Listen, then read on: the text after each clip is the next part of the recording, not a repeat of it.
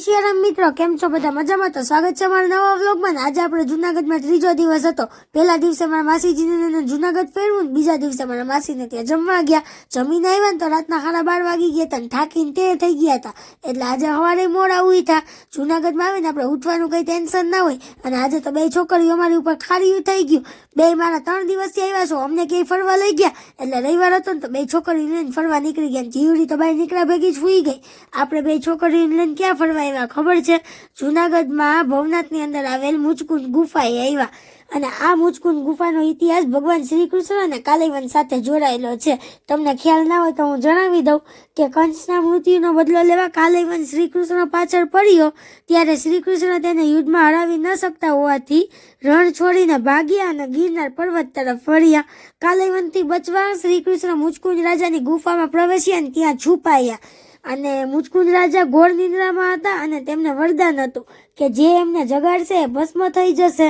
હવે શ્રી કૃષ્ણ મુચકુંદ રાજાની ગુફામાં જ્યારે છુપાયા ને ત્યારે કાલયવન પણ એમની પાછળ અંદર આવ્યો અને ત્યાં જ મુચકુંદ રાજાની તપસ્યાનો ભંગ થયો અને તેમની દ્રષ્ટિથી કાલયવન ભસ્મ થઈ ગયો. આમ ભગવાન શ્રી કૃષ્ણનું કાર્ય સિદ્ધ થયું અને ત્યારબાદ શ્રી કૃષ્ણએ મુચકુંદ રાજા પર કૃપા કરી અને તેમને વરદાન આપ્યું, જેથી કરીને આ ગુફા ધાર્મિક અને પૌરાણિક દ્રષ્ટિએ ખૂબ મહત્વની છે.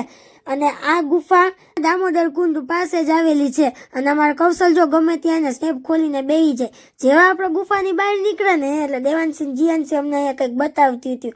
અહીંયા નાના નાના કાચબા હતા, કેવા સરસના હતા. આ કુંડનું નામ રેવતી કુંડ હતું, એ પણ મસ્ત હતો. પછી આપણે દામોદર રહીને દર્શન કરવા ગયા અને ત્યાંથી ગિરનાર પર મસ્ત દેખાતો હતો. કૌશલ તો અહીંયા સ્નેપ લઈને બેહી ગયા. પછી ટાઈટ વળતી જતી હતી અને જીવડીને સ્વેટર નહોતું પહેરવું. કૌશલે પકડીને સ્વેટર પહેરાવી દીધું અને અહીંયા માણસોનો ઘેરો વળ્યો હતો એટલે આપણે જોયું તો આ લોકો એટલી મસ્ત ધૂન વગાડતા હતા કે એની વાત જ પૂછી દો, એમાં મન પ્રફુલ્લિત કરી દે. પછી આપણે આ ધૂન સાંભળી દર્શન કર્યા ને ત્યાંથી આપણે નીકળી ગયા. પછી દેવાંશી જીયાંશી કે હાલો ને લંબે હનુમાન આપણે દર્શન કરતા આવીએ. હવે આ હનુમાન દાદાનું મંદિર એ ભવનાથમાં આવેલું છે એટલે આપણે હનુમાન દાદાના દર્શન કર્યા. ત્યાંય તે રામ નામની ધૂન હાલતી હતી. પછી આપણે ત્યાંથી નીકળી ગયા અને લંડનની વાયરલ સ્ટ્રોબેરી ખાવા ઊભા રહી ગયા. આનો ટેસ્ટ હતો 1 નંબર. આ ભાઈ ભવનાથમાં જ ઊભે. પછી અમે ચારે લંડનની વાયરલ સ્ટ્રોબેરી ખાધી. અને પાર્ટ 2 જોવા માટે જલ્દીથી લાઈક કરો, શેર કરો અને ફોલો કરતા જજો ભૂલતા નહીં. Bye bye.